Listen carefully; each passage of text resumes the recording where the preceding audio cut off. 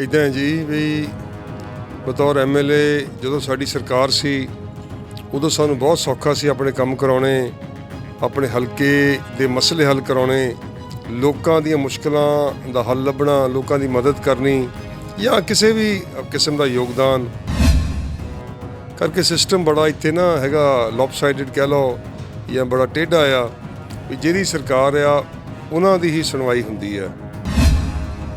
ਅਸੀਂ ਸਰਕਾਰ ਵੇਲੇ ਤਾਂ ਪੂਰੀ ਕੋਸ਼ਿਸ਼ ਕਰਕੇ ਕਾਫੀ ਉਹਦੇ ਵਿੱਚ ਅਸੀਂ ਕਾਮਯਾਬ ਹੋਏ, ਅਤੇ ਜਿਹੜੀ ਅਗਲਾ ਟਰਮ ਸਾਡੀ ਆਈ ਜਦੋਂ ਕਾਂਗਰਸ ਗੌਰਮੈਂਟ ਬਣ ਗਈ, ਪੰਜਾਬ ਵਿੱਚ ਕਾਂਗਰਸ ਦੀ ਸਰਕਾਰ ਬਣ ਗਈ, ਉਸ ਸਮੇਂ ਸਾਨੂੰ ਬਹੁਤ ਜ਼ਿਆਦਾ ਮੁਸ਼ਕਿਲ ਵੀ ਆਈ, ਵੱਡੀਆਂ ਅੜਚਨਾਂ ਵੀ ਆਈਆਂ, ਔਕੜਾਂ ਵੀ ਆਈਆਂ ਕਿ ਆਪਾਂ ਨੂੰ ਵੀ ਉੱਦਾਂ ਦਾ ਸਿਸਟਮ ਅਡਾਪਟ ਕਰਨਾ ਚਾਹੀਦਾ ਜਿੱਥੇ ਕਿਸੇ ਵੀ MLA ਨਾਲ ਵਿਤਕਰਾ ਨਾ ਹੋਵੇ।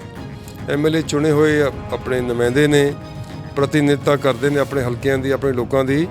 ਉਹਨਾਂ ਨੂੰ ਕਮ ਸੇ ਕਮ ਸਰਕਾਰ ਨੂੰ ਕੁਛ ਨਾ ਕੁਛ ਟਾਰਗੇਟ ਉਹਨਾਂ ਵਾਸਤੇ ਰੱਖਣਾ ਚਾਹੀਦਾ ਆ।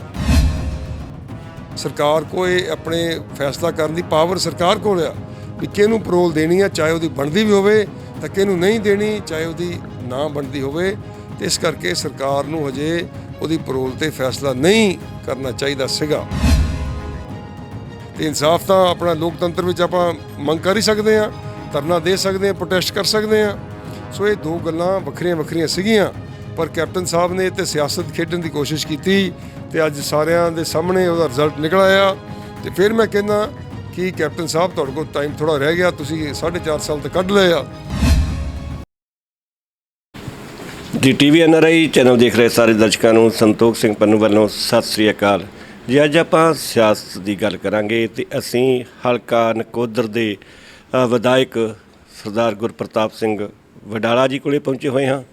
ਗੁਰਪ੍ਰਤਾਪ ਸਿੰਘ ਵਡਾਲਾ ਜੀ ਦੇ ਪਿਤਾ ਜੀ ਸਰਦਾਰ ਕੁਲਦੀਪ ਸਿੰਘ ਵਡਾਲਾ ਜੀ, ਜਿਨ੍ਹਾਂ ਨੇ ਮੈਂ ਦੱਸਣਾ ਚਾਹੁੰਦਾ ਕਿ ਜਿਹੜਾ ਕਰਤਾਰਪੁਰ ਦਾ ਲਾਂਘਾ ਵਾ, ਉਹਦੇ ਲਾਂਘੇ ਦੇ ਵਾਸਤੇ ਡੇਰਾ ਬਾਬਾ ਨਾਨਕ ਤੋਂ ਅਰਦਾਸ ਸ਼ੁਰੂ ਕੀਤੀ ਸੀ। ਬੜਾ ਲੰਮਾ ਸਮਾਂ ਇਹ ਪ੍ਰੋਜੈਕਟ ਚੱਲਦਾ ਰਿਹਾ ਵਾ, ਅਤੇ ਉਸ ਤੋਂ ਬਾਅਦ ਜਿਹੜੀਆਂ ਹਰ ਰੋਜ਼ ਆਪਾਂ ਭਾਵੇਂ ਅਰਦਾਸਾਂ ਵੀ ਕਰਦੇ ਨੇ ਗੁਰੂ ਘਰਾਂ ਦੇ ਵਿੱਚ, ਅਤੇ ਜਿਹੜਾ ਕਰਤਾਰਪੁਰ ਦਾ ਲਾਂਘਾ ਸੀ ਉਹ ਖੋਲ੍ਹਿਆ ਗਿਆ ਹੈ। ਅਤੇ ਇਸ ਦੇ ਨਾਲ ਹੀ ਆਪਾਂ ਵਡਾਲਾ ਜੀ ਦੇ ਨਾਲ ਜਿਹੜੀਆਂ ਹੋਰ ਪੰਜਾਬ ਦੇ ਮੁੱਦਿਆਂ ਦੀ ਗੱਲ ਆ, ਸਿਆਸੀ ਗੱਲਬਾਤ ਆ, ਉਹ ਵੀ ਕਰਨ ਦੀ ਕੋਸ਼ਿਸ਼ ਕਰਾਂਗੇ ਜੀ। ਵਾਹਿਗੁਰੂ ਜੀ ਕਾ ਖਾਲਸਾ, ਵਾਹਿਗੁਰੂ ਜੀ ਕੀ ਫਤਿਹ। ਵਾਹਿਗੁਰੂ ਜੀ ਕਾ ਖਾਲਸਾ, ਵਾਹਿਗੁਰੂ ਜੀ ਕੀ ਫਤਿਹ।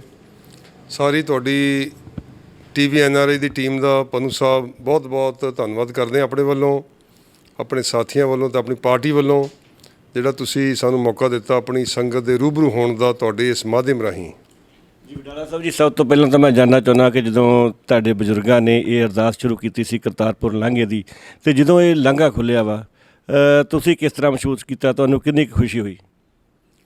ਦੇਖੋ ਜੀ, ਇਹ ਤਾਂ ਬਹੁਤ ਵੱਡਾ ਇਤਿਹਾਸਕ ਕਦਮ ਸੀਗਾ, ਇਤਿਹਾਸਕ ਫੈਸਲਾ ਸੀ, ਜਿਹੜਾ 1947 ਤੋਂ ਬਾਅਦ ਪਹਿਲੀ ਦਫਾ ਹਿੰਦੁਸਤਾਨ ਦੀ ਸਰਕਾਰ ਅਤੇ ਪਾਕਿਸਤਾਨ ਦੀ ਸਰਕਾਰ ਨੇ ਲਿਆ। ਉਸ ਫੈਸਲੇ ਨੂੰ ਲੈ ਕੇ ਸਾਰੇ ਸਿੱਖ ਪੰਥ ਵਿੱਚ, ਸਮੁੱਚੀ ਗੁਰੂ ਨਾਨਕ ਨਾਮ ਲੇਵਾ ਸੰਗਤ ਵਿੱਚ ਬਹੁਤ ਵੱਡੀ ਖੁਸ਼ੀ ਦੀ ਲਹਿਰ ਪਾਈ ਗਈ।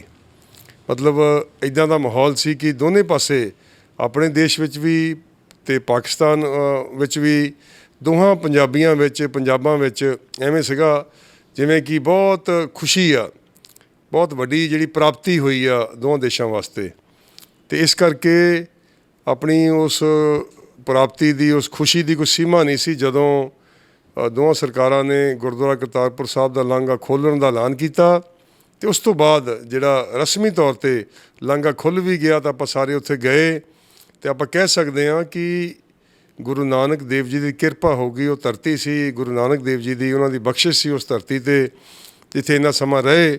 ਉਹਨਾਂ ਦੀ ਕਿਰਪਾ ਸਦਕਾ ਇਹ ਲਾਂਘਾ ਖੁੱਲ੍ਹਿਆ। ਦੋਵਾਂ ਸਰਕਾਰਾਂ ਉਸ ਆਪਣੇ ਮਸਲੇ ਨੂੰ ਲੈ ਕੇ ਆਪਸ ਵਿੱਚ ਸਹਿਮਤ ਹੋਈਆਂ, ਅਤੇ ਸਮੁੱਚੇ ਸਿੱਖ ਪੰਥ ਨੇ, ਸਾਰੀ ਸੰਗਤ ਨੇ ਇਹਨੂੰ ਬਹੁਤ ਸਰਾਹਿਆ। ਇਹਦੀ ਬੜੀ ਵਡਿਆਈ ਹੋਈ ਹੈ ਸਾਰੀ ਦੁਨੀਆ 'ਚ। ਅਤੇ ਵਡਾਲਾ ਸਾਹਿਬ ਜੀ, ਤੁਸੀਂ ਦੂਸਰੀ ਵਾਰ ਜਿਹੜਾ ਨਕੋਦਰ ਹਲਕੇ ਤੋਂ ਵਿਧਾਇਕ ਬਣੇ ਹੋ, MLA ਬਣੇ ਹੋ। ਪਹਿਲਾਂ ਜਦੋਂ ਪਿਛਲੀ ਵਾਰ ਤੁਹਾਡੀ ਸਰਕਾਰ ਸੀ ਸ਼੍ਰੋਮਣੀ ਅਕਾਲੀ ਦਲ ਦੀ, ਅਤੇ ਹੁਣ ਇਸ ਵਾਰ ਜਿਹੜੀ ਕਾਂਗਰਸ ਦੀ ਸਰਕਾਰ ਆ, ਜਿਹੜੇ ਤੁਹਾਡੇ ਹਲਕੇ ਦੇ ਮਸਲੇ ਨੇ, ਵਿਕਾਸ ਦੀਆਂ ਸਾਰੀਆਂ ਗੱਲਾਂ ਬਾਤਾਂ ਨੇ, ਕੀ ਤੁਸੀਂ ਉਹਨੂੰ ਕਾਮਯਾਬ ਰਹੇ ਹੋ ਕਰਨ ਦੇ ਵਿੱਚ, ਜਾਂ ਕੋਈ ਮੁਸ਼ਕਿਲਾਂ ਪੇਸ਼ ਆ ਰਹੀਆਂ ਨੇ? ਇੱਦਾਂ ਜੀ ਵੀ ਬਤੌਰ ਐਮਐਲਏ ਜਦੋਂ ਸਾਡੀ ਸਰਕਾਰ ਸੀ ਉਦੋਂ ਸਾਨੂੰ ਬਹੁਤ ਸੌਖਾ ਸੀ ਆਪਣੇ ਕੰਮ ਕਰਾਉਣੇ, ਆਪਣੇ ਹਲਕੇ ਦੇ ਮਸਲੇ ਹੱਲ ਕਰਾਉਣੇ, ਲੋਕਾਂ ਦੀਆਂ ਮੁਸ਼ਕਲਾਂ ਦਾ ਹੱਲ ਲੱਭਣਾ, ਲੋਕਾਂ ਦੀ ਮਦਦ ਕਰਨੀ ਜਾਂ ਕਿਸੇ ਵੀ ਕਿਸਮ ਦਾ ਯੋਗਦਾਨ ਉਦੋਂ ਅਸੀਂ ਪਾਉਂਦੇ ਸੀ ਤਾਂ ਸਾਨੂੰ ਬੜਾ ਆਪਣੇ ਸੁਖਾਵਾਂ ਲੱਗਦਾ ਸੀ, ਬੜਾ ਸੌਖਾ ਸੀ। ਕਰਕੇ ਸਿਸਟਮ ਬੜਾ ਇੱਥੇ ਨਾ ਹੈਗਾ ਲੌਪਸਾਈਡਡ ਕਹਿ ਲਓ ਜਾਂ ਬੜਾ ਟੇਢਾ ਆ ਵੀ ਜਿਹਦੀ ਸਰਕਾਰ ਆ ਉਹਨਾਂ ਦੀ ਹੀ ਸੁਣਵਾਈ ਹੁੰਦੀ ਹੈ। ਲੋਕਤੰਤਰ ਵਿੱਚ ਇੱਦਾਂ ਦਾ ਇੱਥੇ ਮਾਹੌਲ ਬਣ ਗਿਆ। ਲੋਕਤੰਤਰ ਤਾਂ ਹੈਗਾ ਹੀ, ਆਪਾਂ ਵੋਟਾਂ ਪਾ ਕੇ ਸਰਕਾਰਾਂ ਬਦਲਦੇ ਹਾਂ, ਬਣਾਉਂਦੇ ਹਾਂ। ਤਾਂ ਆਪਣੀ ਸਰਕਾਰ ਵੇਲੇ ਬਹੁਤ ਕੁਝ ਅਸੀਂ ਆਪਣੇ ਕਰਨ ਵਿੱਚ ਸਫਲ ਹੋਏ, ਜਿਹੜਾ ਕਿ ਬੜੇ ਲੰਬੇ ਸਮੇਂ ਤੋਂ ਨਹੀਂ ਸੀ ਹੋ ਸਕਿਆ ਸਾਡੇ ਹਲਕੇ ਵਿੱਚ। 25 ਸਾਲ 30 ਸਾਲ ਪਹਿਲਾਂ ਲੋਕ ਮੰਗ ਕਰਦੇ ਸੀ ਬੁਨਿਆਦੀ ਢਾਂਚੇ ਦੀ, ਵੀ ਬੁਨਿਆਦੀ ਢਾਂਚਾ ਠੀਕ ਹੋਣਾ ਚਾਹੀਦਾ, ਨਕੋਦਰ ਦਾ, ਸ਼ਹਿਰਾਂ ਦਾ, ਪਿੰਡਾਂ ਦਾ। ਫਿਰ ਮੰਗ ਕਰਦੇ ਸੀ ਕਿ ਸਾਨੂੰ ਚੰਗੀਆਂ ਜਿਹੜੀਆਂ ਹੈਗੀਆਂ ਵਿਦਿਅਕ ਸੰਸਥਾਵਾਂ ਚਾਹੀਦੀਆਂ ਨੇ, ਸਾਨੂੰ ਚੰਗੇ ਕਾਲਜ ਚਾਹੀਦੇ ਆ, ਵਧੀਆ ਸਕੂਲ ਚਾਹੀਦੇ ਆ। ਉਹ ਵੀ ਨਹੀਂ ਸੀ ਹੋਇਆ, ਉਹ ਵੀ ਅਸੀਂ ਕਰਾਉਣ ਵਿੱਚ ਕਾਫੀ ਅਸੀਂ ਸਫਲ ਹੋਏ। ਫਿਰ ਲੋਕ ਜਿਹੜੀ ਅੱਜ ਜਿਸ ਗੱਲ ਤੋਂ ਆਪਾਂ ਮਾਰ ਖਾ ਕੇ ਬੈਠੇ ਹਾਂ ਸਾਰਾ ਦੇਸ਼ ਆਪਣਾ, ਸਿਹਤ ਸੇਵਾਵਾਂ, ਉਹ ਵੀ ਮੰਗ ਕਰਦੇ ਸੀ ਵੀ ਚੰਗੀਆਂ ਸਿਹਤ ਸੇਵਾਵਾਂ ਹੋਣੀਆਂ ਚਾਹੀਦੀਆਂ। ਆਪਣੀ ਸਰਕਾਰ ਵੇਲੇ ਅਸੀਂ ਉਹਦੇ ਵਿੱਚ ਵੀ ਆਪਣਾ ਯੋਗਦਾਨ ਪਾਇਆ। ਖੇਡਾਂ ਦੇ ਖੇਤਰ ਵਿੱਚ, ਸਮਾਜ ਭਲਾਈ ਵਿੱਚ, ਜਾਂ ਜਿਹੜਾ ਵੀ ਆਪਣਾ ਅਸੀਂ ਬਿਹਤਰੀ ਕਰ ਸਕਦੇ ਸੀ ਆਪਣੀ ਸੰਗਤ ਦੀ, ਆਪਣੇ ਵੋਟਰਾਂ ਦੀ, ਆਪਣੇ ਇਲਾਕੇ ਦੀ, ਅਸੀਂ ਸਰਕਾਰ ਵੇਲੇ ਤਾਂ ਪੂਰੀ ਕੋਸ਼ਿਸ਼ ਕਰਕੇ ਕਾਫੀ ਉਹਦੇ ਵਿੱਚ ਅਸੀਂ ਕਾਮਯਾਬ ਹੋਏ। ਅਤੇ ਜਿਹੜੀ ਅਗਲਾ ਟਰਮ ਸਾਡੀ ਆਈ ਜਦੋਂ ਕਾਂਗਰਸ ਗੌਰਮੈਂਟ ਬਣ ਗਈ ਪੰਜਾਬ ਵਿੱਚ, ਕਾਂਗਰਸ ਦੀ ਸਰਕਾਰ ਬਣ ਗਈ, ਉਸ ਸਮੇਂ ਸਾਨੂੰ ਬਹੁਤ ਜ਼ਿਆਦਾ ਮੁਸ਼ਕਿਲ ਵੀ ਆਈ, ਵੱਡੀਆਂ ਅੜਚਨਾਂ ਵੀ ਆਈਆਂ, ਔਕੜਾਂ ਵੀ ਆਈਆਂ। ਕਰਕੇ ਜਿਵੇਂ ਮੈਂ ਪਹਿਲਾਂ ਕਹਿ ਕੇ ਹਟਿਆ ਕਿ ਜਿਹਦੀ ਸਰਕਾਰ ਆ ਉਹਦਾ ਹੀ ਇੱਥੇ ਕੰਮ ਹੁੰਦਾ। ਵੈਸੇ ਐਮਐਲਏ ਕਿਸੇ ਪਾਰਟੀ ਦਾ ਵੀ ਹੋਵੇ ਚੁਣਿਆ ਹੁੰਦਾ, ਬਰਾਬਰ ਦੇ ਹੱਕ ਹੋਣੇ ਚਾਹੀਦੇ ਆ ਸਾਰੇ ਐਮਐਲਏਜ਼ ਨੂੰ। ਜਿਵੇਂ ਲੋਕ ਸਭਾ ਵਿੱਚ ਆਪਾਂ ਦੇਖਦੇ ਹਾਂ ਉੱਥੇ ਐਮਪੀਜ਼ ਨੂੰ ਸਾਰਿਆਂ ਨੂੰ ਹੱਕ ਹੈਗੇ ਆ, ਸਾਰਿਆਂ ਕੋਲ ਫੰਡਸ ਹੈਗੇ ਆ। ਲੇਕਿਨ ਇੱਥੇ ਆਪਣੇ ਸੂਬੇ ਲੈਵਲ 'ਤੇ ਉਹ ਜਿਹੜਾ ਹੈਗਾ ਨਹੀਂ ਉਸ ਤਰੀਕੇ ਨਾਲ ਲੋਕਤੰਤਰ ਕੰਮ ਕਰਦਾ। ਪਰ ਫਿਰ ਵੀ ਅਸੀਂ ਜਿੰਨਾ ਸਾਡਾ ਬਣਦਾ ਸੀ ਯੋਗਦਾਨ, ਜਿੰਨੀ ਸਾਡੀ ਜ਼ਿੰਮੇਵਾਰੀ ਬਣਦੀ ਸੀ ਆਪਣੀ ਹਲਕੇ ਪ੍ਰਤੀ, ਆਪਣੇ ਇਲਾਕੇ ਲਈ, ਲੋਕਾਂ ਲਈ, ਲੋੜਵੰਦਾਂ ਲਈ, ਖਾਸ ਤੌਰ 'ਤੇ ਕੋਵਿਡ ਦੇ ਸਮੇਂ 'ਚ ਅਸੀਂ ਕੋਸ਼ਿਸ਼ ਕਰਕੇ ਜੋ ਵੀ ਸਾਡੇ ਤੋਂ ਹੋ ਸਕਿਆ ਅਸੀਂ ਕੀਤਾ ਆ। ਪਰ 5-10 ਸਾਲਾਂ ਦਾ ਟਾਈਮ ਬਹੁਤ ਥੋੜ੍ਹਾ ਆ।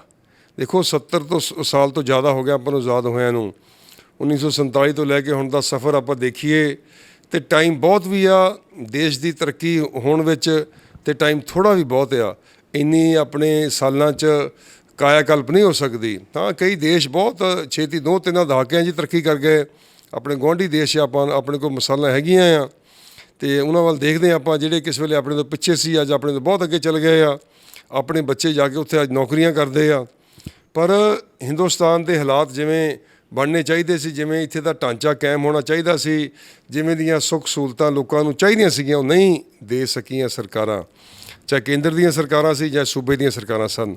ਸੋ ਵਡਾਲਾ ਜੀ, ਜਿਸ ਤਰ੍ਹਾਂ ਤੁਸੀਂ ਗੱਲਬਾਤ ਕੀਤੀ ਹੈ ਕਿ ਜਿਹੜੇ ਐਮਪੀ ਹੁੰਦੇ ਨੇ ਉਹਨਾਂ ਦੇ ਕੋਲੇ ਫੰਡ ਹੁੰਦੇ ਨੇ ਹਰ ਸਾਲ ਵਰਤਣ ਵਾਸਤੇ ਲਗਭਗ ਸ਼ਾਇਦ 5 ਕਰੋੜ ਰੁਪਈਆ, ਅਤੇ ਇਸੇ ਤਰ੍ਹਾਂ ਜਿਹੜੇ ਐਮਐਲਏ ਵਾਸਤੇ ਪੰਜਾਬ ਦੇ ਵਿੱਚ ਕੋਈ ਫੰਡ ਨਹੀਂ। ਕੀ ਕਦੀ ਤੁਸੀਂ ਆਪਣੀ ਪਾਰਟੀ ਦੇ ਵਿੱਚ ਨਹੀਂ ਇਹ ਮਸਲਾ ਰੱਖਿਆ ਕਿ ਜਿਹੜਾ ਇਹ ਪੰਜਾਬ ਵਿਧਾਨ ਸਭਾ ਦੇ ਵਿੱਚ ਵੀ ਪਾਸ ਕੀਤਾ ਜਾਵੇ ਕਿ ਜੇ ਤਾਂ ਉਹਨਾਂ ਦੀ ਸਰਕਾਰ ਹੈਗੀ ਕਿਸੇ ਐਮਐਲਏ ਦੀ ਤਾਂ ਠੀਕ ਆ, ਜਿਹੜੇ ਵਿਰੋਧੀ ਧਿਰ ਦੇ ਵਿੱਚ ਐਮਐਲਏ ਸਾਹਿਬ ਨੇ ਉਹਨਾਂ ਨੂੰ ਵੀ ਕੋਈ ਫਿਕਸ ਸਾਲ ਦੀ ਕੋਈ ਗ੍ਰਾਂਟ ਮਿਲੇ ਜਿਹਦੇ ਨਾਲ ਆਪਣੇ ਹਲਕੇ ਦਾ ਵਿਕਾਸ ਕਰ ਸਕੇ, ਜੋ ਜਿਹੜਾ ਚੁਣਿਆ ਹੋਇਆ ਨੁਮਾਇੰਦਾ ਹੁੰਦਾ ਉਹ ਲੋਕਾਂ ਨੂੰ ਜਵਾਬਦੇਹ ਹੁੰਦਾ।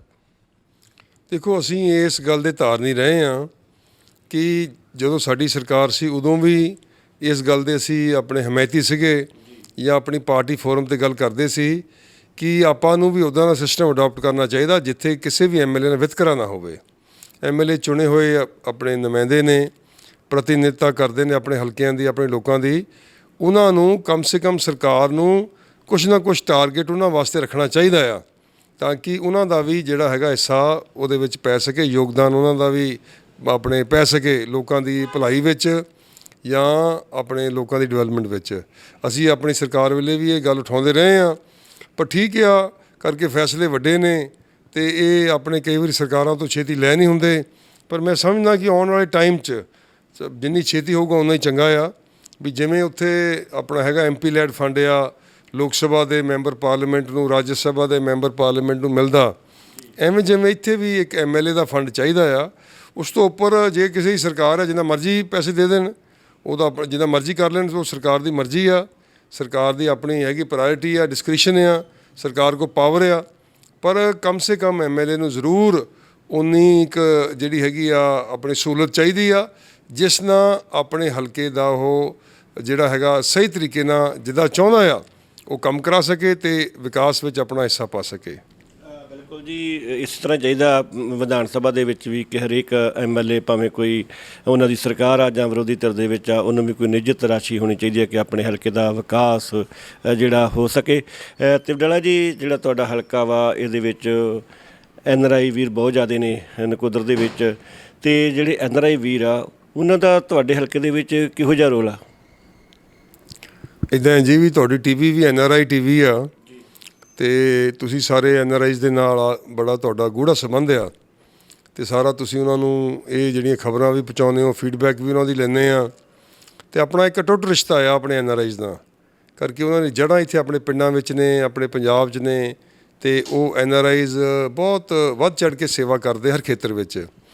ਐਨਆਰਆਈ ਚਾਹੇ ਸਾਡੇ ਹਲਕੇ ਦੇ ਆ, ਚਾਹੇ ਆਪਣੇ ਕਿਸੇ ਹੋਰ ਹਲਕੇ ਦੇ, ਜ਼ਿਲ੍ਹੇ ਦੇ, ਪੰਜਾਬ ਦੇ ਕਿਸੇ ਵੀ ਇਲਾਕੇ ਦੇ ਹੋਣ, ਆਪਾਂ ਦੇਖਿਆ ਕਿ ਬੜੇ ਲੰਬੇ ਸਮੇਂ ਤੋਂ ਇਹ ਜਿਹੜੀ ਉਹਨਾਂ ਦੀ ਪਰੰਪਰਾ ਰਹੀ ਆ ਜਾਂ ਉਹਨਾਂ ਦੀ ਰਵਾਇਤ ਰਹੀ ਆ ਜਾਂ ਉਹਨਾਂ ਦਾ ਸੁਭਾਅ ਰਿਹਾ, ਕਹਿ ਸਕਦੇ ਹਾਂ ਕਿ ਹਰ ਖੇਤਰ ਵਿੱਚ ਐਨਆਰਆਈਜ਼ ਆਪਣਾ ਵਡਮੁੱਲਾ ਯੋਗਦਾਨ ਪਾਉਂਦੇ ਆ।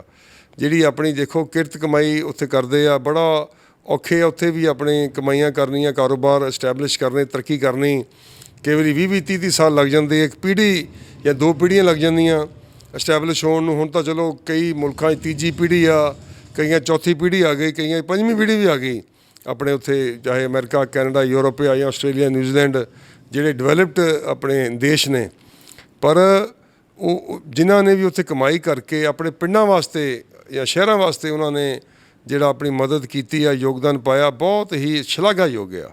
ਸਾਡੇ ਵੀ ਇੱਦਾਂ ਹੀ ਆ ਵੀ ਆਪਣੇ ਐਨਆਰਆਈਜ਼ ਪਿੰਡਾਂ ਵਿੱਚ, ਸ਼ਹਿਰਾਂ ਵਿੱਚ, ਹਰ ਖੇਤਰ ਵਿੱਚ ਯੋਗਦਾਨ ਪਾਉਂਦੇ ਆ, ਕੋਈ ਕਿਸੇ ਗੱਲ ਦੀ ਆਪਣੀ ਕਮੀ ਨਹੀਂ ਰੱਖਦੇ ਤੇ ਉਹ ਆਪਣੇ ਪਿੰਡਾਂ ਨਾਲ, ਸ਼ਹਿਰਾਂ ਨਾਲ ਜੁੜ ਕੇ ਰਹਿੰਦੇ ਆ। ਤੇ ਖਾਸ ਕਰ ਕਰੋਨਾ ਜਿਹੜਾ ਆਪਣੇ ਸਮੇਂ ਦੇ ਦੌਰਾਨ ਕਰੋਨਾ ਮਹਾਮਾਰੀ ਜਿਹੜੀ ਆਈ ਆ 2019 ਤੋਂ ਸਟਾਰਟ ਹੋਈ ਆ, ਉਹਦੇ ਵਿੱਚ ਜਿੰਨੇ ਵੀ ਸਿਫਤ ਕਰ ਲਓ ਐਨਆਰਆਈਜ਼ ਦੀ ਉਨੀ ਥੋੜ੍ਹੀ ਆ, ਕਰਕੇ ਉਹਨਾਂ ਨੇ ਪਿੰਡੋਂ ਪਿੰਡ, ਸ਼ਹਿਰੋਂ ਸ਼ਹਿਰ, ਹਰ ਕਸਬੇ 'ਚ, ਹਰ ਪਰਿਵਾਰ ਨੂੰ ਉਹਨਾਂ ਨੇ ਇੱਕ ਹੋਕਾ ਦੇ ਦਿੱਤਾ। ਪੰਜਾਬ ਦੇ ਬੜੇ ਸਤਿਕਾਰਯੋਗ ਐਨਆਰਆਈਜ਼ ਨੇ ਵੀ ਕੋਈ ਘਰ ਭੁੱਖਾ ਨਹੀਂ ਰਹਿਣਾ ਚਾਹੀਦਾ, ਹਰ ਘਰ ਨੂੰ ਰੋਟੀ ਮਿਲਣੀ ਚਾਹੀਦੀ ਆ। ਉਹਦੇ ਵਾਸਤੇ ਉਹਨਾਂ ਨੇ ਬਹੁਤ ਪੈਸੇ ਭੇਜੇ, ਬੜੀ ਮਦਦ ਭੇਜੀ ਤੇ ਹੋਰ ਵੱਡੀਆਂ ਵੱਡੀਆਂ ਸੰਸਥਾਵਾਂ ਵੀ ਕੰਮ ਕਰਦੀਆਂ, ਜਿਵੇਂ ਖਾਲਸਾ ਏਡ ਜਾਂ ਹੋਰ ਜਿਹੜੀਆਂ ਸੰਸਥਾਵਾਂ ਆਪਾਂ ਜਾਣਦੇ ਹੀ ਹਾਂ। ਪਰ ਐਨਆਰਆਈਜ਼ ਦਾ ਸਾਡੇ ਹਲਕੇ ਵਿੱਚ ਹਰ ਖੇਤਰ ਵਿੱਚ ਬਹੁਤ ਵਡਮੁੱਲਾ ਯੋਗਦਾਨ ਆ, ਇਸ ਲਈ ਅਸੀਂ ਸਦਾ ਹੀ ਉਹਨਾਂ ਦੇ ਰਿਣੀ ਰਵਾਂਗੇ। ਤੇ ਜਿਹੜੀਆਂ 22 ਦੇ ਵਿੱਚ ਇਲੈਕਸ਼ਨ ਹੋਣੀਆਂ, ਉਹਨਾਂ ਇਲੈਕਸ਼ਨਾਂ ਦੇ ਵਿੱਚ ਐਨਆਰਆਈ ਵੀਰਾਂ ਤੋਂ ਕੀ ਆਸ ਰੱਖਦੇ ਹੋ ਆਪ ਜੀ? ਐਨਆਰਆਈ ਜਿਹੜੇ ਆਪਣੇ ਪੰਜਾਬ ਦੇ ਨੇ ਪੰਨੂ ਸਾਹਿਬ, ਉਹ ਹਰ ਵੇਲੇ ਸਿਆਸੀ ਤੌਰ 'ਤੇ ਬਹੁਤ ਜਾਗਰੂਕ ਰਹਿੰਦੇ ਹਨ। ਉਹ ਆਪਣੇ ਸਿਆਸੀ ਤੌਰ 'ਤੇ ਪੰਜਾਬ ਨਾਲ ਉਹਨਾਂ ਦਾ ਆਪਣੇ ਬਹੁਤ ਤਾਲਮੇਲ ਆ, ਬੜਾ ਉਹਨਾਂ ਦਾ ਗੂੜਾ ਸੰਬੰਧ ਆ। ਚਾਹੇ ਚਲੋ ਕਹਿ ਲਓ ਵੀ ਆਪਣੇ ਪੋਲੀਟਿਕਸ 'ਚ ਆਪਣੇ ਬਲੱਡ ਵਿੱਚ ਹੈਗੀ ਆ, ਇਹ ਤਾਂ ਗੁਰੂ ਸਾਹਿਬ ਨੇ ਵੀ ਕਿਹਾ ਵੀ ਧਰਮ ਅਤੇ ਰਾਜ ਨਾਲ ਨਾਲ ਚੱਲਦੇ ਆ। ਇਹ ਆਪਣੀ ਜਿਹੜੀ ਪੰਥ ਦੀ ਸਿੱਖਿਆ ਆ, ਆਪਾਂ ਨੂੰ ਉਪਦੇਸ਼ ਆ ਆਪਣੇ ਗੁਰਬਾਣੀ ਦਾ, ਅਤੇ ਉਸ ਆਪਣੇ ਸੋਚ ਨੂੰ ਲੈ ਕੇ ਐਨਆਰਆਈ ਸਦਾ ਹੀ ਤਤਪਰ ਰਹਿੰਦੇ ਆ ਕਿ ਅਸੀਂ ਵੀ ਆਪਣਾ ਜਿਹੜਾ ਉਹਦੇ ਵਿੱਚ ਯੋਗਦਾਨ ਪਾਈਏ, ਪੰਜਾਬ ਦੀ ਸਿਆਸਤ ਵਿੱਚ, ਜਾਂ ਆਪਣੀਆਂ ਪਾਰਟੀਆਂ ਦੀ ਮਦਦ ਕਰੀਏ ਜਿਹੜੀਆਂ ਵੀ ਪਾਰਟੀਆਂ ਨਾਲ ਜੁੜੇ ਨੇ। ਅਤੇ ਸਾਨੂੰ ਬੜੀ ਆਸ ਆ ਅਸੀਂ ਆਪਣੀ ਗੱਲ ਕਰ ਸਕਾਂਗੇ।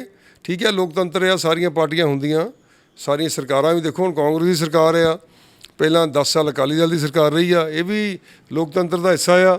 ਸਰਕਾਰਾਂ ਆਉਂਦੀਆਂ ਵੀ ਆ, ਜਾਂਦੀਆਂ ਵੀ ਆ, ਬਦਲਦੀਆਂ ਵੀ ਆ, ਬਣਦੀਆਂ ਵੀ ਆ, ਪਰ ਸਾਨੂੰ ਪੂਰੀ ਉਮੀਦ ਆ ਕਿ ਅਸੀਂ ਇਮਾਨਦਾਰੀ ਨਾਲ, ਨੇਕ ਨੀਤੀ ਨਾਲ, ਸੱਚਾਈ ਨਾਲ, ਬਿਨਾਂ ਭੇਦਭਾਵ ਤੋਂ, ਬਿਨਾਂ ਵਿਤਕਰੇ ਤੋਂ ਅਸੀਂ ਆਪਣੇ ਹਲਕੇ ਵਿੱਚ ਪਹਿਲੇ ਦਿਨ ਤੋਂ ਹੀ ਕੰਮ ਕਰਦੇ ਹਾਂ। ਜਿਹੜੀ ਸਾਨੂੰ ਗੁੜਤੀ ਸਾਡੇ ਬਜ਼ੁਰਗਾਂ ਨੇ ਦਿੱਤੀ ਆ, ਜਿਹੜੀ ਸਿੱਖਿਆ ਸਾਨੂੰ ਆਪਣੇ ਪਿਤਾ ਪੁਰਖੀ ਮਿਲੀ ਆ ਜਾਂ ਅਸੀਂ ਆਪਣੇ ਵਿਰਸੇ 'ਚ ਮਿਲੀ ਆ, ਅਤੇ ਉਹ ਤੋਂ ਉੱਪਰ ਸਭ ਤੋਂ ਵੱਡੀ ਗੱਲ ਜਿਹੜੀ ਗੁਰਮਤਿ ਸਾਨੂੰ ਸਿੱਖਿਆ ਦਿੰਦੀ ਹੈ ਕਿ ਆਪਾਂ ਸਾਰਿਆਂ ਦੀ ਸੇਵਾ ਕਰਨੀ ਹੈ, ਬਿਨਾਂ ਕਿਸੇ ਸਵਾਰਥ ਤੋਂ, ਬਿਨਾਂ ਕਿਸੇ ਮਨੋਰਥ ਤੋਂ।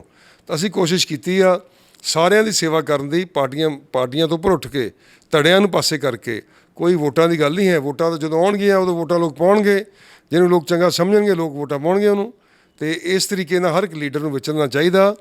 ਪਰ ਸਾਨੂੰ ਯਕੀਨ ਆ ਕਿ ਜਿਹੜੀ ਅਸੀਂ ਪਿਛਲੇ ਸਮਿਆਂ ਤੋਂ ਜਿਹੜੀ ਸੇਵਾ ਕਰਦੇ ਆਏ ਹਾਂ, ਜਿਹੜੀ ਸਾਨੂੰ ਆਪਣੀ ਜਿਹੜੀ ਵਿਰਸੇ 'ਚ ਮਿਲੀ ਸੀਗੀ, ਆਪਣੇ ਬਜ਼ੁਰਗਾਂ ਨੇ ਸਾਨੂੰ ਦਿੱਤੀ ਸੀ ਸੇਵਾ, ਇਹ ਸਿੱਖ ਪੰਥ ਦੀ, ਪੰਜਾਬ ਦੀ, ਪੰਜਾਬੀਆਂ ਦੀ, ਆਪਣੇ ਹਲਕੇ ਨਕੋਦਰ ਦੀ, ਜ਼ਿਲ੍ਹੇ ਜਲੰਧਰ ਦੀ, ਦੁਆਬੇ ਦੀ, ਪੰਜਾਬ ਦੀ ਕਹਿ ਲਓ, ਸਾਰਿਆਂ ਦੀ ਆਪਣੀ ਸਾਂਝੀ ਸੇਵਾ ਪੰਜਾਬ ਦੀ, ਉਹ ਅਸੀਂ ਆਉਣ ਵਾਲੇ ਟਾਈਮ ਵਿੱਚ ਵੀ ਆਪਣੇ ਪੂਰੇ ਤਨ ਮਨ ਧਨ ਨਾਲ ਕਰਾਂਗੇ, ਇਮਾਨਦਾਰੀ ਨਾਲ ਕਰਾਂਗੇ, ਨੇਕ ਨੀਤੀ ਨਾਲ ਕਰਾਂਗੇ, ਬਿਨਾਂ ਭੇਦਭਾਵ ਤੋਂ ਕਰਾਂਗੇ। ਅਤੇ ਇਹਦੇ ਵਿੱਚ ਸਾਨੂੰ ਬੜੀ ਉਮੀਦ ਆ ਕਿ ਸਾਡੇ ਜਿਹੜੇ NRI ਭਰਾ ਨੇ, ਸਾਡੇ NRI ਪਰਿਵਾਰ ਨੇ, ਭੈਣਾਂ ਨੇ, ਮਾਤਾਵਾਂ ਨੇ, ਬਜ਼ੁਰਗ ਨੇ, ਸਾਡੀ ਵੱਧ ਚੜ੍ਹ ਕੇ ਮਦਦ ਕਰਨਗੇ ਇਸ ਆਉਣ ਵਾਲੀ ਇਲੈਕਸ਼ਨ ਵਿੱਚ। ਅਤੇ ਅਸੀਂ ਵੀ ਉਹਨਾਂ ਦੇ ਉਸ ਆਪਣੇ ਭਰੋਸੇ 'ਤੇ, ਉਹਨਾਂ ਦੇ ਵਿਸ਼ਵਾਸ 'ਤੇ ਜਿਵੇਂ ਅੱਗੇ ਖਰੇ ਉਤਰੇ ਹਾਂ, ਜਿੰਨੀ ਵੀ ਸਾਨੂੰ ਆਪਣੇ ਪਰਮਾਤਮਾ ਨੇ ਸਾਨੂੰ ਸਮਾਂ ਬਖਸ਼ਿਆ, ਅਸੀਂ ਪੂਰਾ ਉਹਨਾਂ ਦਾ ਭਰੋਸਾ ਬਿਲਕੁਲ ਉਹਨੂੰ ਕਾਇਮ ਰੱਖਾਂਗੇ, ਕਦੀ ਭਰੋਸਾ ਟੁੱਟਣ ਨਹੀਂ ਦੇਵਾਂਗੇ। ਹੋਰ ਸਾਨੂੰ ਕੋਈ ਲਾਲਚ ਨਹੀਂ, ਕੋਈ ਸਾਡਾ ਮੋਟਿਵ ਨਹੀਂਗਾ, ਕੋਈ ਸਾਡਾ ਏਮ ਨਹੀਂ। ਸਿਰਫ ਅਸੀਂ ਚਾਹੁੰਦੇ ਹਾਂ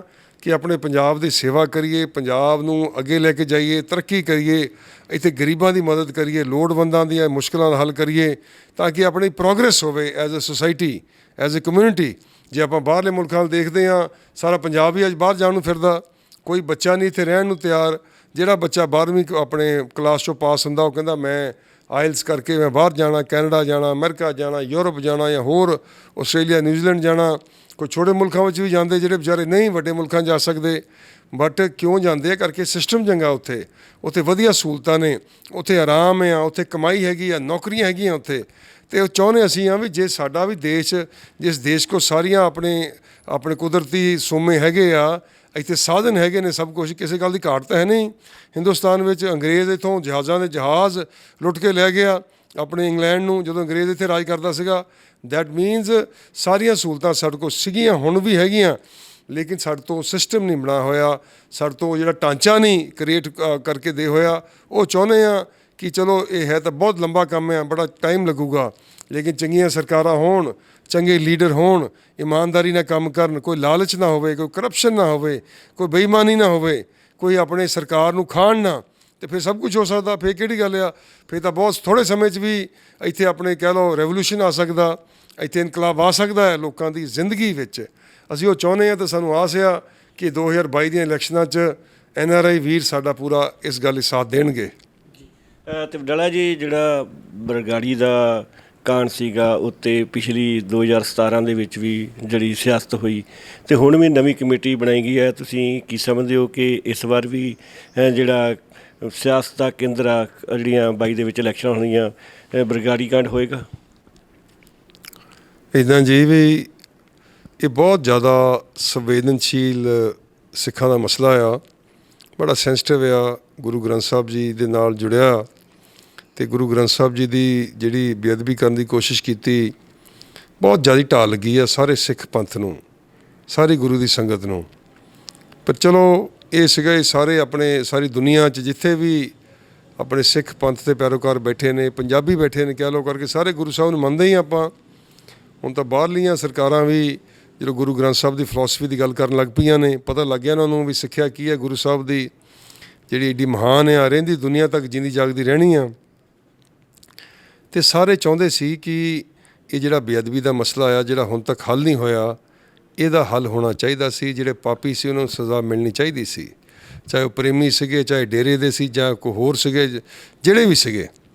ਅਤੇ ਜਿਹੜੀ ਕਾਂਗਰਸ ਦੀ ਸਰਕਾਰ ਨੇ ਐਲਾਨ ਕੀਤਾ ਸੀ ਕੈਪਟਨ ਸਾਹਿਬ ਨੇ ਕਿ ਮੈਂ ਬੇਅਦਬੀ ਦਾ ਮਸਲਾ ਹੱਲ ਕਰੂੰਗਾ ਅਤੇ ਦੋਸ਼ੀਆਂ ਨੂੰ ਸਜ਼ਾਵਾਂ ਦਿਵਾਊਂਗਾ।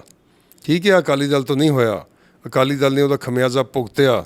ਸਾਨੂੰ ਇਸ ਗੱਲ ਦਾ ਬਹੁਤ ਜ਼ਿਆਦਾ ਅਫਸੋਸ ਆ, ਸਾਨੂੰ ਬਹੁਤ ਇਸ ਗੱਲ ਦਾ ਦਰਦ ਵੀ ਹੈਗਾ ਆ।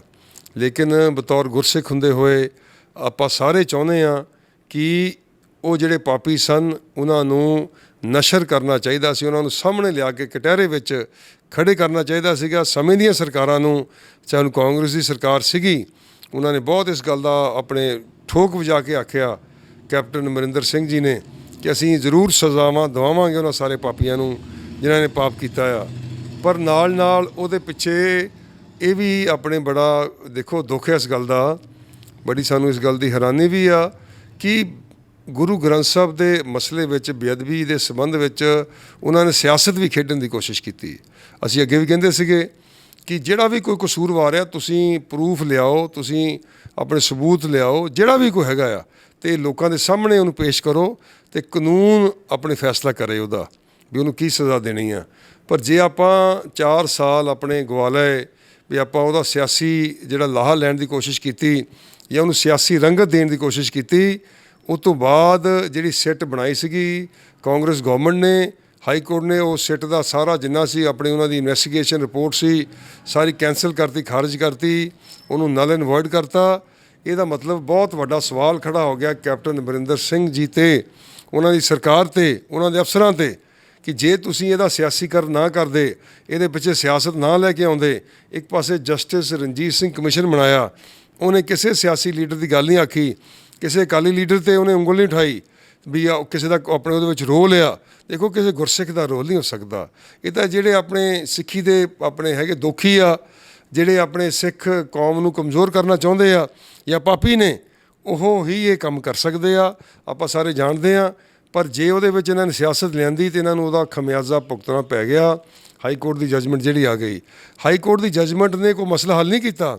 ਉਹਦੇ ਵਿੱਚ ਇਹ ਵੀ ਹੈ, ਦੇਖੋ ਅਸੀਂ ਬਤੌਰ ਗੁਰਸਿੱਖ ਹੁੰਦੇ ਫਿਰ ਮੈਂ ਕਹਿੰਦਾ ਆ, ਅਕਾਲੀ ਦਲ ਦੇ ਅਸੀਂ ਸੇਵਾਦਾਰ ਹਾਂ, ਪਰ ਅਸੀਂ ਚਾਹੁੰਦੇ ਹਾਂ ਕਿ ਜਿਹੜੀ ਵੀ ਸਮੇਂ ਦੀ ਸਰਕਾਰ ਆ, ਹੁਣ ਜਿੰਨਾ ਵੀ ਸਮਾਂ ਇਹਨਾਂ ਕੋਲ ਰਹਿ ਗਿਆ ਕਾਂਗਰਸ ਗਵਰਨਮੈਂਟ ਕੋ, ਵੀ ਜਿਹੜੇ ਪਾਪੀ ਨੇ, ਚਾਹੇ ਉਹ ਡੇਰੇ ਦੇ ਨੇ, ਚਾਹੇ ਉਹ ਕਿਸੇ ਹੋਰ ਦੇ ਸੰਸਥਾ ਦੇ ਨੇ, ਜਿਨ੍ਹਾਂ ਨੇ ਕੰਮ ਕੀਤਾ ਸੀਗਾ ਬਰਗਾੜੀ ਵਿੱਚ, ਬੁਰਜ ਜਵਾਹਰ ਸਿੰਘ ਵਿੱਚ, ਉਹਨਾਂ ਨੂੰ ਸਜ਼ਾ ਮਿਲਣੀ ਚਾਹੀਦੀ ਆ ਛੇਤੀ ਤੋਂ ਛੇਤੀ, ਤਾਂ ਕਿ ਸਿੱਖਾਂ ਦੇ ਆਪਣੇ ਜ਼ਖਮਾਂ 'ਤੇ ਲੂਣ ਨਾ ਛਿੜਕੋ, ਸਿੱਖਾਂ ਦੇ ਜ਼ਖਮਾਂ ਨੂੰ ਉਹਨੂੰ ਢਾਰਸ ਦਿਓ, ਧਰਵਾਸ ਦਿਓ ਆਪਣੇ, ਤਾਂ ਕਿ ਇਹ ਜਿਹੜੇ ਜ਼ਖਮ ਸਾਡੇ ਪਿੰਡੇ 'ਤੇ ਆ ਉਹ ਠੀਕ ਹੋ ਸਕਣ। ਜਿਹੜੀ ਆਪਣੇ ਬਹਿਬਲ ਕਲਾਂ ਅਤੇ ਕੋਟਕਪੂਰੇ ਦਾ ਗੋਲੀ ਕਾਂਡ ਆ, ਉਹ ਵੱਖਰਾ ਸਬਜੈਕਟ ਆ। ਜਿਨ੍ਹਾਂ ਪੁਲਿਸ ਅਫਸਰਾਂ ਨੇ ਧੱਕਾ ਕੀਤਾ, ਜਿਨ੍ਹਾਂ ਨੇ ਉੱਥੇ ਆਪਣੇ ਸਿੱਖ ਜਿਹੜੇ ਸੀਗੇ ਬੈਠੇ ਧਰਨੇ 'ਤੇ, ਉਹਨਾਂ ਉੱਪਰ ਗੋਲੀਆਂ ਚਲਾਈਆਂ ਜਾਂ ਉਹਨਾਂ 'ਤੇ ਤਸ਼ੱਦਦ ਕੀਤਾ, ਉਹਨਾਂ ਨੂੰ ਵੀ ਤੁਸੀਂ ਲੋਕਾਂ ਦੇ ਸਾਹਮਣੇ ਲੈ ਕੇ ਆਓ, ਉਹਨਾਂ ਨੂੰ ਵੀ ਆਪਣੇ ਨਸ਼ਰ ਕਰੋ, ਉਹਨਾਂ ਵਿਰੁੱਧ ਵੀ ਬਣਦੀ ਕਾਰਵਾਈ ਹੋਣੀ ਚਾਹੀਦੀ ਆ। ਕਰਕੇ ਜਿਹੜੇ ਸਿੱਖ ਉੱਥੇ ਬੈਠੇ ਸੀਗੇ ਧਰਨੇ 'ਤੇ, ਉਹ ਕੁਝ ਹੋਰ ਮੰਗ ਨਹੀਂ ਕਰ ਰਹੇ ਸੀ, ਇਨਸਾਫ ਮੰਗ ਕਰ ਰਹੇ ਸੀਗੇ। ਅਤੇ ਇਨਸਾਫ ਤਾਂ ਆਪਣਾ ਲੋਕਤੰਤਰ ਵਿੱਚ ਆਪਾਂ ਮੰਗ ਕਰ ਹੀ ਸਕਦੇ ਹਾਂ, ਧਰਨਾ ਦੇ ਸਕਦੇ ਹਾਂ, ਪ੍ਰੋਟੈਸਟ ਕਰ ਸਕਦੇ ਹਾਂ। ਸੋ ਇਹ ਦੋ ਗੱਲਾਂ ਵੱਖਰੀਆਂ ਵੱਖਰੀਆਂ ਸੀਗੀਆਂ, ਪਰ ਕੈਪਟਨ ਸਾਹਿਬ ਨੇ ਤੇ ਸਿਆਸਤ ਖੇਡਣ ਦੀ ਕੋਸ਼ਿਸ਼ ਕੀਤੀ ਅਤੇ ਅੱਜ ਸਾਰਿਆਂ ਦੇ ਸਾਹਮਣੇ ਉਹਦਾ ਰਿਜ਼ਲਟ ਨਿਕਲ ਆਇਆ। ਅਤੇ ਫਿਰ ਮੈਂ ਕਹਿੰਦਾ ਕਿ ਕੈਪਟਨ ਸਾਹਿਬ ਤੁਹਾਡੇ ਕੋਲ ਟਾਈਮ ਥੋੜ੍ਹਾ ਰਹਿ ਗਿਆ, ਤੁਸੀਂ 4.5 ਸਾਲ ਤਾਂ ਕੱਢ ਲਏ ਆ, ਪਰ ਅਗਰ ਹੁਣ ਵੀ ਹੋ ਸਕਦਾ ਆ ਤਾਂ ਬੜੀ ਚੰਗੀ ਗੱਲ ਹੋਊਗੀ ਕਿ ਆਪਣੇ ਸਾਰੇ ਸਿੱਖ ਪੰਥ ਦੇ ਅੱਗੇ ਉਹ ਦੋਸ਼ੀ ਬਿਲਕੁਲ ਕਲੀਅਰ ਹੋਣ, ਉਹਨਾਂ ਵਿਰੁੱਧ ਚਲਾਨ ਪੇਸ਼ ਕੀਤਾ ਜਾਵੇ, ਉਹਨਾਂ ਦੇ ਕੇਸ ਫਾਸਟ ਟਰੈਕ ਕੋਰਟਾਂ ਵਿੱਚ ਚਲਾਏ ਜਾਣ ਅਤੇ ਉਹਨਾਂ ਨੂੰ ਵੱਧ ਤੋਂ ਵੱਧ ਸਜ਼ਾ ਦਵਾਈ ਜਾਵੇ ਜਿਨ੍ਹਾਂ ਨੇ ਗੁਰੂ ਗ੍ਰੰਥ ਸਾਹਿਬ ਦੀ ਬੇਅਦਬੀ ਕਰਨ ਦੀ ਕੋਸ਼ਿਸ਼ ਕੀਤੀ। ਬਿਲਕੁਲ ਜੀ, ਇਸ ਮੁੱਦੇ 'ਤੇ ਜਿਹੜੀ ਸਾਰੀ ਹੀ ਸਿੱਖ ਪੰਥ ਇੱਕਮਤ ਆ ਕਿ ਜਿਹੜੇ ਜ਼ਿੰਮੇਵਾਰ ਨੇ, ਜਿਹੜੇ ਦੋਸ਼ੀ ਨੇ, ਉਹਨਾਂ ਨੂੰ ਹਰ ਹਾਲ ਦੇ ਵਿੱਚ ਜਿਹੜੀ ਸਜ਼ਾ ਮਿਲਣੀ ਚਾਹੀਦੀ ਆ। ਅਤੇ ਵਡਾਲਾ ਜੀ, ਸ਼੍ਰੋਮਣੀ ਅਕਾਲੀ ਦਲ ਦੇ ਪ੍ਰਧਾਨ ਨੇ ਪਿਛਲੇ ਦਿਨਾਂ ਦੇ ਵਿੱਚ ਐਲਾਨ ਕੀਤਾ ਕਿ ਜੇ ਅਕਾਲੀ ਦਲ ਦੀ ਸਰਕਾਰ ਆਉਂਦੀ ਆ ਤਾਂ ਇੱਕ ਦਲਿਤ ਜਿਹੜਾ ਵਾ ਉਹ ਉਪ ਮੁੱਖ ਮੰਤਰੀ ਹੋਏਗਾ। ਕੀ ਤੁਸੀਂ ਸਮਝਦੇ ਹੋ ਕਿ ਇਹਦੇ ਨਾਲ ਪੰਜਾਬ ਦੀ ਸਿਆਸਤ ਦੇ ਵਿੱਚ ਨਵੀਂ ਸਾਫਬੰਦੀ ਹੋ ਸਕਦੀ ਆ? ਅਤੇ ਜੇ ਸ਼੍ਰੋਮਣੀ ਅਕਾਲੀ ਦਲ ਦੀ ਸਰਕਾਰ ਆਉਂਦੀ ਆ ਤਾਂ ਕਿਹੜਾ ਸੰਭਾਵੀ ਜਿਹੜਾ ਉਪ ਮੁੱਖ ਮੰਤਰੀ ਦਾ ਉਮੀਦਵਾਰ ਆ? ਇੱਦਾਂ ਹੈ ਜੀ ਵੀ ਪੰਜਾਬ ਦੇ ਵਿੱਚ ਜਿਹੜਾ ਦਲਿਤ ਸਮੁਦਾਇ ਆ, ਜਿਹੜੇ ਆਪਣੇ ਭਾਈਚਾਰੇ ਨੇ, ਸ਼ਡਿਊਲ ਕਾਸਟ ਵਰਗ ਆ, ਉਹਦੀ ਬਹੁਤ ਵੱਡੀ ਗਿਣਤੀ ਆ। ਅਤੇ ਇਸ ਕਰਕੇ ਉਹਨਾਂ ਦਾ ਵੀ ਜਿਹੜਾ ਹੱਕ ਬਣਦਾ ਹੈ ਕਿ ਸਾਨੂੰ ਵੀ ਰਾਜ ਭਾਗ ਦੇ ਵਿੱਚ ਸਾਨੂੰ ਬਰਾਬਰ ਦੱਸਣਾ ਚਾਹੀਦਾ।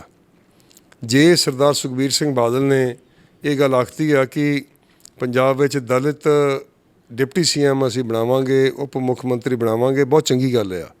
ਇਹਦੀ ਸਾਰਿਆਂ ਨੂੰ ਇਹਦੀ ਆਪਣੇ ਵੈਲਕਮ ਕਰਨਾ ਚਾਹੀਦਾ, ਇਹਨੂੰ ਚੰਗਾ ਆਖਣਾ ਚਾਹੀਦਾ ਸਾਰਿਆਂ ਨੂੰ। ਇਹ ਬੜਾ ਪੋਜ਼ੀਟਿਵ ਸਟੈਪ ਆ, ਬਿਕੋਜ਼ ਸਾਰੇ ਵਰਗਾਂ ਨੂੰ ਦੇਖੋ ਨੁਮਾਇੰਦਗੀ ਮਿਲਣੀ ਚਾਹੀਦੀ ਆ। ਖਾਸ ਤੌਰ 'ਤੇ ਜਿਹੜਾ ਦਲਿਤ ਵਰਗ ਆ, ਜਿਹੜਾ ਬਹੁਤ ਲੰਬੇ ਸਮੇਂ ਤੋਂ ਆਪਣੇ ਆਪ ਨੂੰ ਸਮਝਦਾ ਸੀਗਾ ਕਿ ਅਸੀਂ ਪਿੱਛੇ ਰਹਿ ਗਏ ਸਮਾਜ ਦੇ ਵਿੱਚੋਂ, ਵੀ ਸਾਨੂੰ ਜਿਹੜੀਆਂ ਹੈਗੀਆਂ ਸਹੂਲਤਾਂ ਨਹੀਂ ਮਿਲੀਆਂ ਜਾਂ ਸਾਡੇ ਪਰਿਵਾਰਾਂ ਦੀ ਤਰੱਕੀ ਨਹੀਂ ਹੋਈ। ਇੱਥੇ ਤਾਂ ਗੁਰਸਿੱਖੀ ਦਾ ਬਰਾਬਰਤਾ ਦੀ ਗੱਲ ਆਖਦੀ ਹੈ, ਸਮਾਨਤਾ ਦੀ ਗੱਲ ਆਖਦੀ ਹੈ, ਅਤੇ ਇਹ ਤਾਂ ਆਪਾਂ ਗਰੀਬਾਂ ਨੂੰ ਤਾਂ ਨਵਾਜਦੇ ਹਾਂ। ਗੁਰੂ ਸਾਹਿਬ ਨੇ ਤਾਂ ਸਦਾ ਹੀ ਪਹਿਲ ਦਿੱਤੀ ਆ ਗਰੀਬਾਂ ਵਾਸਤੇ, ਲੋੜਵੰਦਾਂ ਲਈ, ਮਜ਼ਲੂਮਾਂ ਲਈ, ਉਹਨਾਂ ਦੀ ਰਾਖੀ ਕੀਤੀ ਆ। ਸੋ ਉਸ ਲਿਹਾਜ਼ ਨਾਲ ਇਹ ਬੜਾ ਚੰਗਾ ਫੈਸਲਾ। ਅਤੇ ਕਿਹੜਾ ਬਣਦਾ ਉਪ ਮੁੱਖ ਮੰਤਰੀ, ਕਿਹਦਾ ਆਪਣੇ ਨਾਂ ਉਹ ਚਰਚਾ ਵਿੱਚ ਨੇ, ਮੈਂ ਉਹਦੇ ਆਪਣੇ ਸੰਬੰਧ ਵਿੱਚ ਨਹੀਂ ਕੁਛ ਕਹਿ ਸਕਦਾ। ਕਰਕੇ ਤਾਂ ਜਦੋਂ ਦੇਖੋ ਸਮੇਂ ਤੋਂ ਪਹਿਲਾਂ ਆਪਾਂ ਗੱਲ ਕਰ ਨਹੀਂ ਸਕਦੇ। ਜਦੋਂ ਸਰਕਾਰ ਬਣੂਗੀ, MLA ਬਣਨਗੇ, ਕਿਹੜਾ MLA ਬਣਦਾ ਆ, ਉਹ ਉਦੋਂ ਹੀ ਫੈਸਲਾ ਹੋ ਸਕਦਾ ਆ। ਪਰ ਵੈਸੇ ਦੇਖਿਆ ਜਾਵੇ ਤਾਂ ਬੜਾ ਚੰਗਾ ਸਟੈਪ ਆ। ਹਰ ਵਰਗ ਨੂੰ ਪੂਰੀ ਨੁਮਾਇੰਦਗੀ ਦੇਣੀ ਚਾਹੀਦੀ ਆ। ਕਰਕੇ ਪੰਜਾਬ ਤਾਂ ਜਿਹੜੇ ਪੰਜਾਬ ਦੀ ਜਿਹੜੀ ਹੈਗੀ ਨਾ ਕਲਚਰ ਹੈ, ਪੰਜਾਬ ਦਾ ਇਤਿਹਾਸ, ਪੁਰਾਣਿਆਂ ਸਮਿਆਂ ਤੋਂ ਇਹ ਆਪਣੇ ਦਰਸਾਉਂਦਾ, ਚਾਹੇ ਮਹਾਰਾਜਾ ਰਣਜੀਤ ਸਿੰਘ ਦਾ ਰਾਜ ਸੀਗਾ, ਉਹਦੇ ਵਰਗਾ ਰਾਜ ਕਿਹੜਾ ਹੋਣਾ ਆ, ਆਪਾਂ ਸਾਰੇ ਜਾਣਦੇ ਹੀ ਹਾਂ। ਉੱਥੇ ਸਾਰੇ ਧਰਮਾਂ ਦਾ ਸਤਿਕਾਰ ਸੀ, ਸਾਰੇ ਧਰਮਾਂ ਦੇ ਵਜ਼ੀਰ ਸਨ, ਚਾਹੇ ਹਿੰਦੂ ਧਰਮ ਸਨ, ਮੁਸਲਮਾਨ ਧਰਮ ਸਨ, ਜਾਂ ਆਪਣੇ ਫਰਾਂਸ ਦੇ ਸੀਗੇ ਜਾਂ ਗੋਰੇ ਸੀਗੇ, ਉਹਨਾਂ ਨੂੰ ਵੀ ਆਪਣੇ ਮਹਾਰਾਜਾ ਰਣਜੀਤ ਸਿੰਘ ਨੇ ਨੁਮਾਇੰਦਗੀ ਦਿੱਤੀ ਆਪਣੇ ਉੱਥੇ ਦਰਬਾਰ ਵਿੱਚ, ਆਪਣੇ ਰਾਜ ਵਿੱਚ। ਸੋ ਉਸ ਤਰੀਕੇ ਦੇ ਨਾਲ ਸਾਰਿਆਂ ਦਾ ਜਿਹੜਾ ਹੈਗਾ ਹਿੱਸਾ ਬਣਦਾ ਆ। ਖਾਸ ਤੌਰ 'ਤੇ ਉਹਨਾਂ ਦਾ ਹਿੱਸਾ ਜ਼ਰੂਰ ਬਣਦਾ ਜਿਹੜੇ ਵਿਚਾਰੇ ਆਪਣੇ ਆਪ ਨੂੰ ਸਮਝਦੇ ਕਿ ਅਸੀਂ ਪਿੱਛੇ ਰਹਿ ਗਏ, ਦਲਿਤ ਵਰਗ ਹੋਵੇ, ਸ਼ਡਿਊਲ ਕਾਸਟ ਵਰਗ ਹੋਵੇ। ਅਤੇ ਬੜੀ ਚੰਗੀ ਗੱਲ ਆ, ਅਤੇ ਅਸੀਂ ਸਮਝਦੇ ਹਾਂ ਕਿ ਪੰਜਾਬ ਦੇ ਲੋਕ ਐਤਕੀ ਸਹੀ ਫੈਸਲਾ ਕਰਨਗੇ, ਸ਼੍ਰੋਮਣੀ ਅਕਾਲੀ ਦਲ ਦੀ ਸਰਕਾਰ ਬਣਾਉਣਗੇ, ਅਤੇ ਉਸ ਤੋਂ ਬਾਅਦ ਸ਼੍ਰੋਮਣੀ ਅਕਾਲੀ ਦਲ ਦੀ ਸਰਕਾਰ ਸਾਰੇ ਵਰਗਾਂ ਦਾ ਬਹੁਤ ਵਧੀਆ ਤਰੀਕੇ ਦੇ ਨਾਲ ਜਿਹੜੀ ਸੇਵਾ ਕਰੂਗੀ, ਉਹਨਾਂ ਵਾਸਤੇ ਕੰਮ ਕਰੂਗੀ। ਵਡਾਲਾ ਜੀ, ਆਖਰੀ ਸਵਾਲ ਆਪ ਜੀ ਨੂੰ ਕਿ ਰਾਮ ਹਰੀਮ ਦਾ ਜੇਲ੍ਹ 'ਚੋਂ ਪਰੋਲ ਮਿਲਣੀ ਅਤੇ ਇੱਕ ਸਿੱਖ ਵੱਲੋਂ ਉਹਨਾਂ ਦੀ ਰਿਹਾਈ ਵਾਸਤੇ ਅਰਦਾਸ ਕਰਨੀ, ਅਤੇ ਨਾਲ ਦੀ ਨਾਲ ਦੇਸ਼ ਦੇ ਪ੍ਰਧਾਨ ਮੰਤਰੀ ਵਾਸਤੇ ਅਰਦਾਸ ਕਰਨੀ, ਪੰਜਾਬ ਦਾ ਮੁੱਖ ਮੰਤਰੀ ਦਲਿਤ ਹੋਏ, ਇਸ ਸਾਰੇ ਘਟਨਾ ਚੱਕਰ ਨੂੰ ਕਿਸ ਤਰ੍ਹਾਂ ਦੇਖਦੇ ਹੋ? ਦੇਖੋ ਜੀ, ਜਿਹੜੀ ਤਾਂ ਰਾਮ ਰਹੀਮ ਦੀ ਪਰੋਲ ਆ, ਰਾਮ ਰਹੀਮ ਦੀ ਪਰੋਲ ਉਹਨੂੰ ਸਰਕਾਰ ਕਿਉਂ ਦੇਣ ਜਾ ਰਹੀ ਆ, ਕਿ ਉਹਦੇ ਬਾਰੇ ਫੈਸਲਾ ਕੀਤਾ ਉਹਨਾਂ ਨੇ, ਇਹ ਆਪਣੇ ਬਹੁਤ ਕਹਿ ਲਓ ਚਿੰਤਾ ਦਾ ਵਿਸ਼ਾ। ਚਿੰਤਾ ਇਸ ਕਰਕੇ ਆ ਕਿ ਜਿਹੜਾ ਰਾਮ ਰਹੀਮ ਆ, ਉਹ 'ਤੇ ਬੜੇ ਸੰਗੀਨ ਉੱਤੇ ਜੁਰਮ ਲੱਗੇ ਸੀਗੇ, ਉਹਨੂੰ ਬੜੀ ਲੰਬੀ ਸਜ਼ਾ ਹੋਈ 2 ਕੇਸਾਂ ਵਿੱਚ। ਹਜੇ ਕਤਲ ਦੇ ਕੇਸ ਉਹਦੇ ਕਈ ਚੱਲਦੇ ਆ, ਕਈ ਉਹਦੀਆਂ ਜਿਹੜੀਆਂ ਗੁੱਥੀਆਂ ਸੁਲਝੀਆਂ ਨਹੀਂ ਹਜੇ।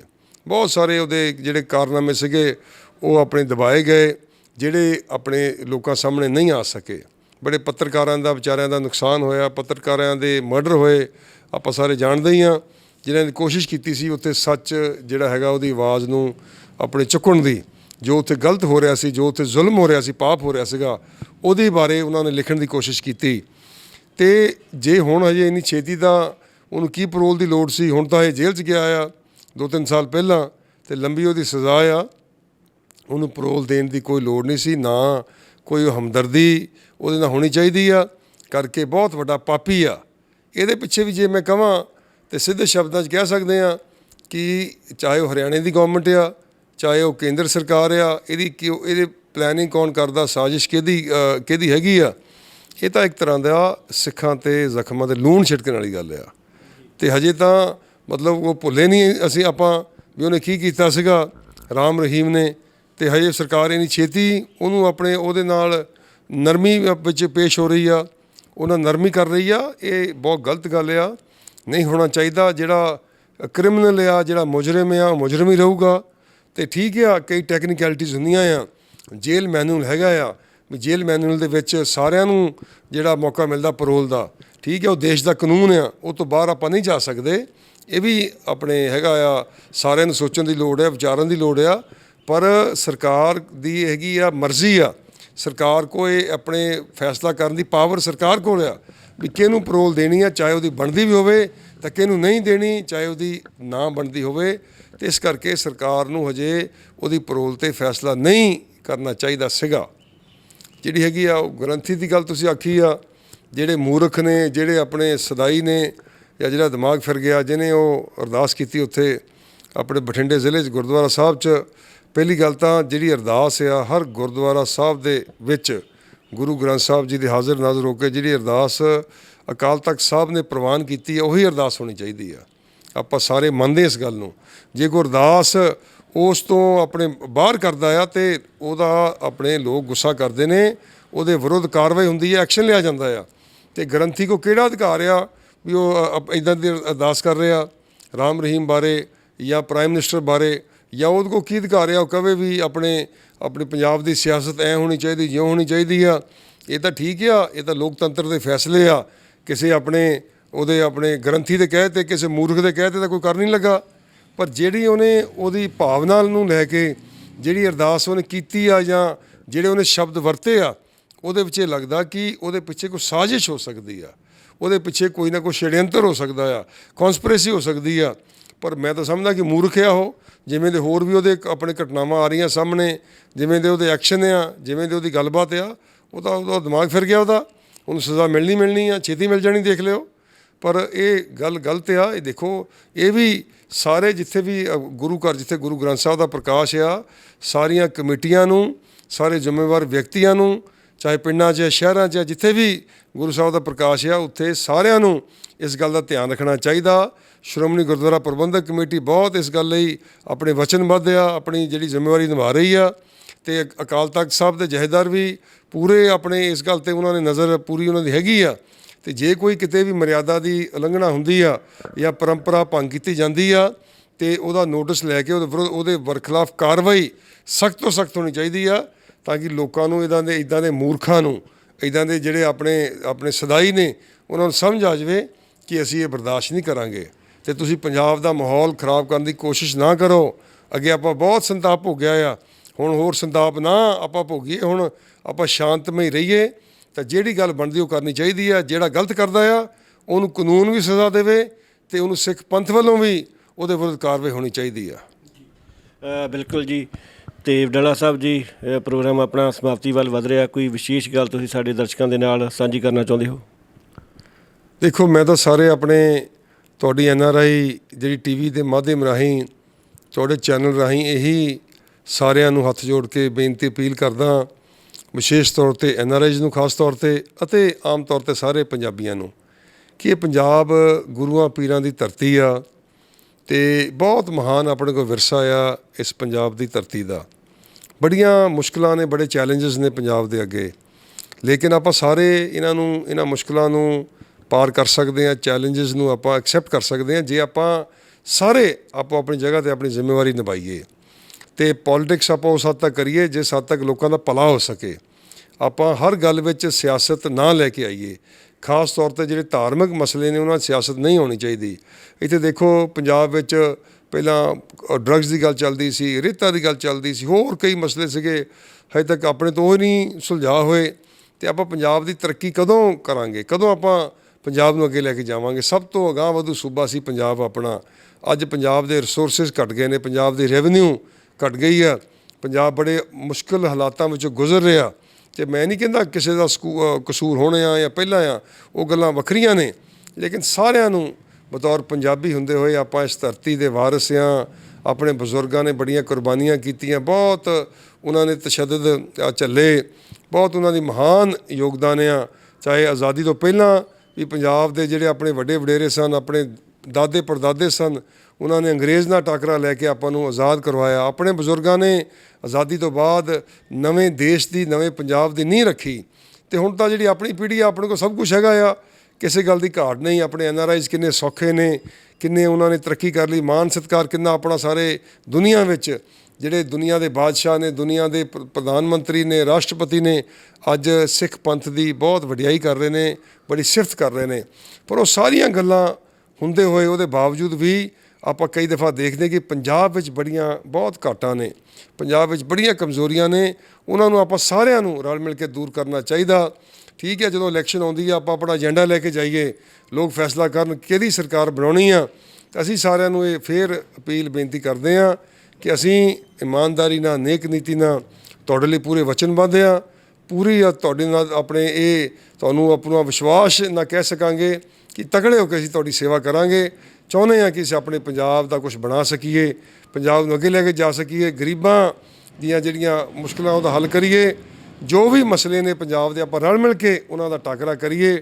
ਸਿਆਸਤ ਨੂੰ ਆਪਾਂ ਹਰ ਗੱਲ ਵਿੱਚ ਨਾ ਲੈ ਕੇ ਆਈਏ। ਅਤੇ NRIs ਦਾ ਬਹੁਤ ਵੱਡਾ ਯੋਗਦਾਨ ਆ। ਫਿਰ NRI ਭਾਈਚਾਰੇ ਨੂੰ, NRI ਸਾਰੇ ਸਮੁਦਾਇ ਨੂੰ, ਆਪਣੇ ਭਰਾਵਾਂ ਨੂੰ, ਬਜ਼ੁਰਗਾਂ ਨੂੰ, ਮਾਤਾਵਾਂ ਭੈਣਾਂ ਨੂੰ ਅਪੀਲ ਕਰਦਾ ਕਿ ਤਕੜੇ ਹੋ ਕੇ ਤੁਸੀਂ ਵੀ ਇਹਦੇ ਵਿੱਚ ਹਿੱਸਾ ਪਾਓ। ਅੱਗੇ ਵੀ ਤੁਸੀਂ ਹਿੱਸਾ ਪਾਉਂਦੇ ਆਏ ਹੋ। ਖਾਸ ਕਰ ਤੁਸੀਂ ਕੋਵਿਡ ਦੇ ਸਮੇਂ 'ਚ ਬਹੁਤ ਤੁਹਾਡਾ ਵਡਮੁੱਲਾ ਯੋਗਦਾਨ ਰਿਹਾ, ਹੁਣ ਵੀ ਤੁਸੀਂ ਯੋਗਦਾਨ ਪਾ ਰਹੇ ਹੋ।